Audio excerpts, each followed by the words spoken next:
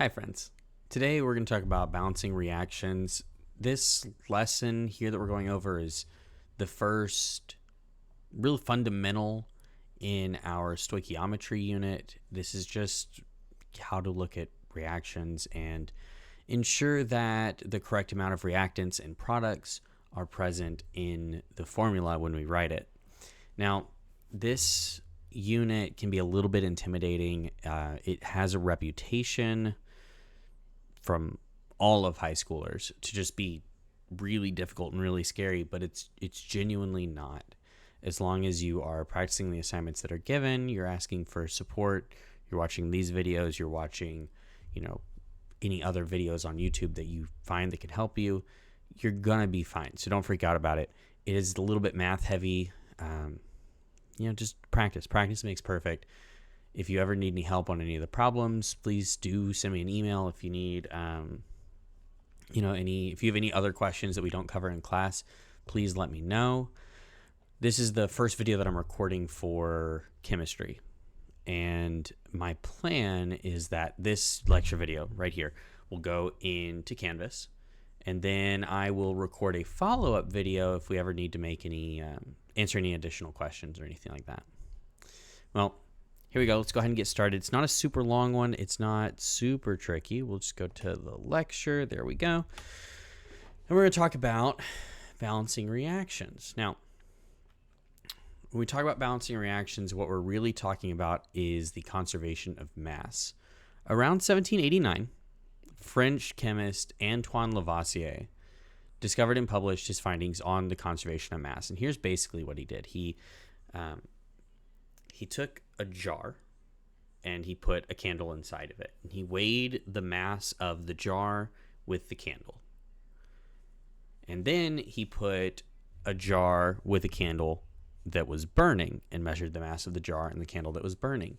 And what he found was that there was no change to the mass of the jar and everything in it. And he knew, because everyone knew, like fire needs oxygen to exist. So inside the jar there was oxygen, and clearly it's being consumed, but the mass isn't changing. It still weighs the same. So what they identified was that the entire system, which is to say the jar, the candle, all the oxygen inside of it, all of the mass in that system had to remain constant from before the reaction to after the reaction. As just a straight definition, this is the definition we like to use. Mass cannot be created or destroyed. The mass of all reactants in a chemical reaction will always be equal to the mass of the products in the same reaction. And we can use that for problems like this one. We're given 64 grams of calcium, 192 grams of zinc carbonate, and 152 grams of calcium carbonate. And we're told to calculate what the mass of zinc is. Now, this isn't particularly complicated. I'd like you to pause the video, take a second, try to answer this, and then I will work out the problem. We are given 64 grams of calcium. I'm just going to write out the elements instead of the abbreviations. We're given 192 grams of zinc carbonate,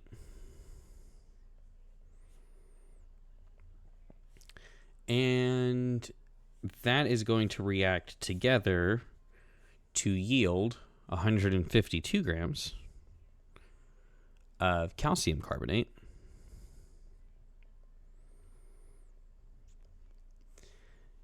and an unknown amount of zinc. And the question is, well, how could we possibly calculate how much zinc this is? Well, it's not that tricky because we know conservation of mass says all my reactants have to have the same mass as all of my products. So if I add together 64 and 192, I get 256. And that's going to be 152 plus whatever. So we're basically saying 256 equals 152 plus zinc. So if we subtract 152 from both sides, what we're left with is that zinc equals 104. Now, I want to talk about reading the reaction because I did highlight a few things there. I circled our products, I circled our reactants, and there are a few vocab words as far as this reaction is concerned that I want to make sure everyone knows. And a lot of these might be repeats from biology, but they're still all very important. First one is reactants. And the reactants are what we need for the reaction to actually start. In the instance of this equation up here, we have carbon dioxide and we have water. Those are our two reactants. Then we have our products. These are the things that get created by the reaction. In this instance, we have glucose and we have oxygen. Then this little arrow here in the middle. This is a very important part. We call it the yield arrow. That's what I like to call it. It has a few different names. You don't have to know all of them.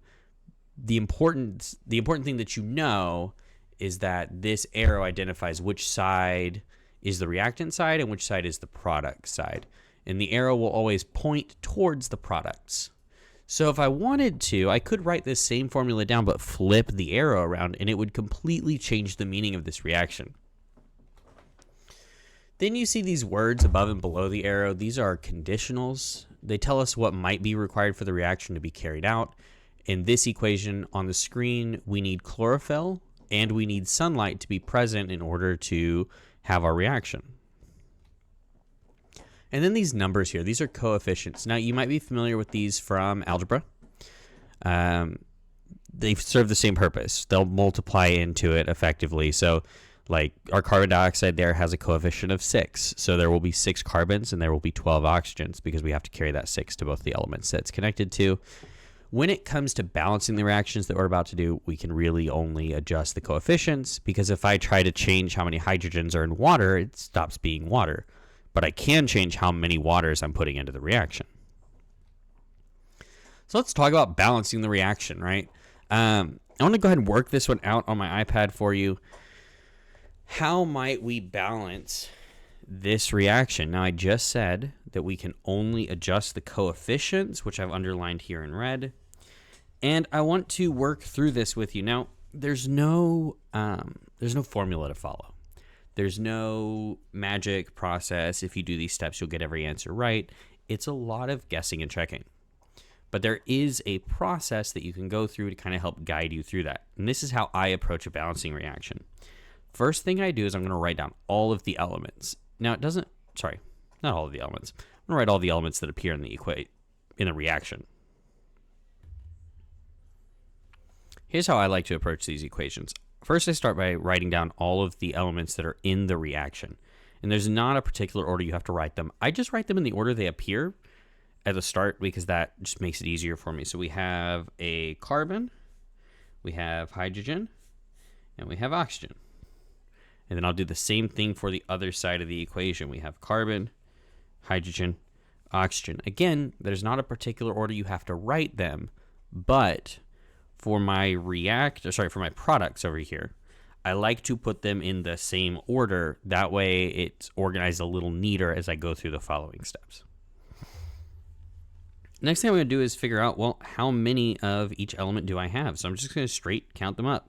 We have 1 carbon, we have 4 hydrogens, we have 2 oxygens. That's our reactant side.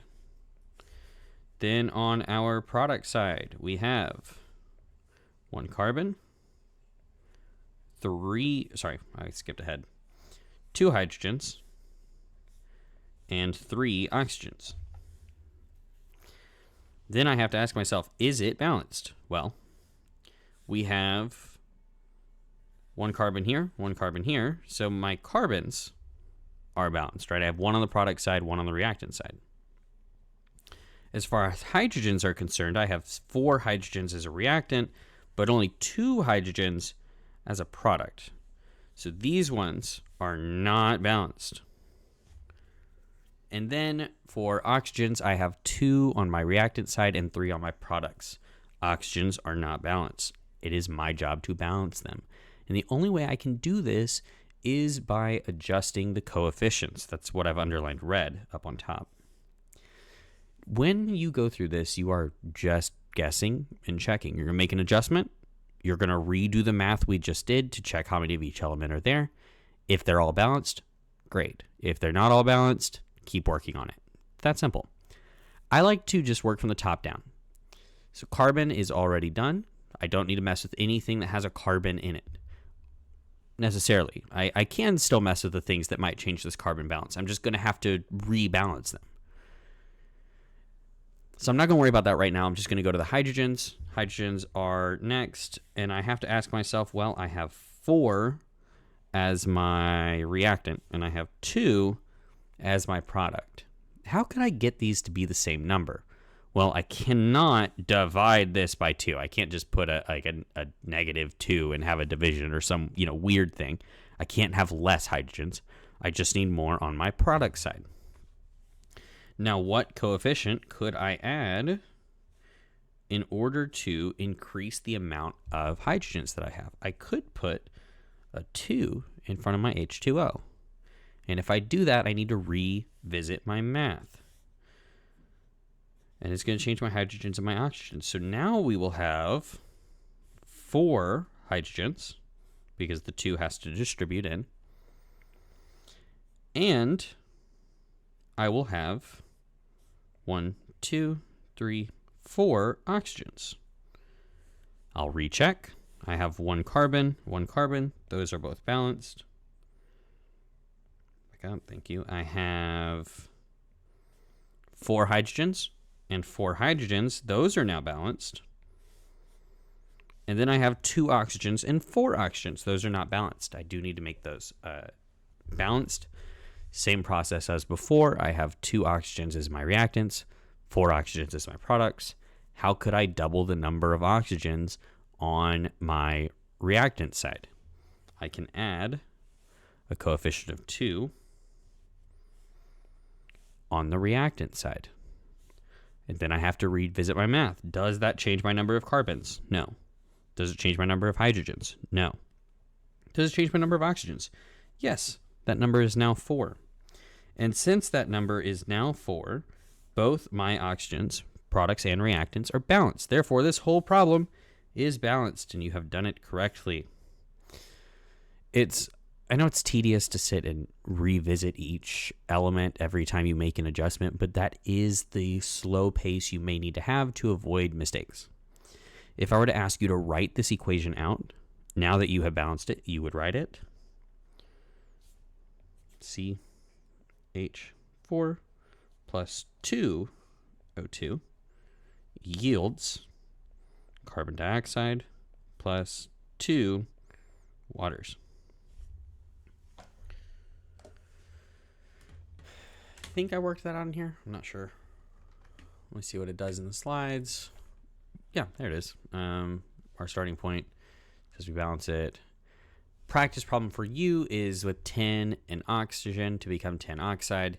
Go ahead and pause this video and run this as a practice, and then we will work it out together.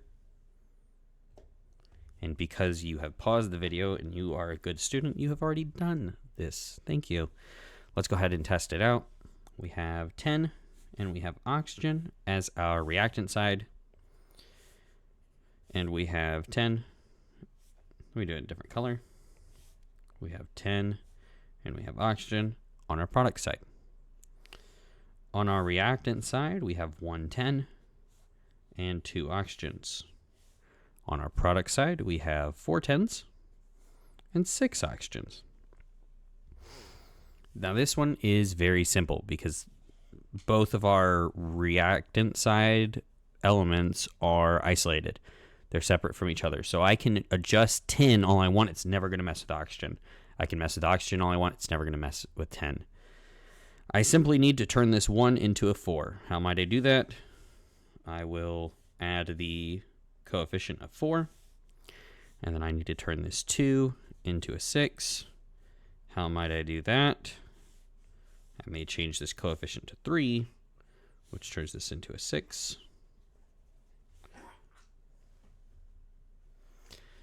And then if we were to write that formula out, I miswrote that there. My bad.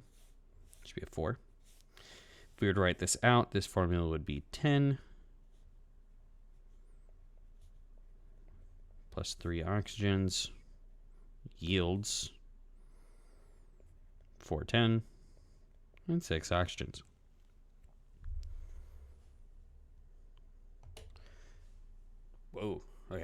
So that's really all I have for this lecture for you. Like I said, I'm going to try to do this for all of our lessons. I want to try to have follow-up videos to answer some of the questions that I hear in a lot of my classes. It's really important to me that I'm able to make these tutorial videos accessible to you guys so that you can get help in class even if I'm not available that day for tutoring. So everything we do for the rest of the semester, as long as I maintain my sanity, we'll have these videos and you'll be able to go through and watch them at your own pace.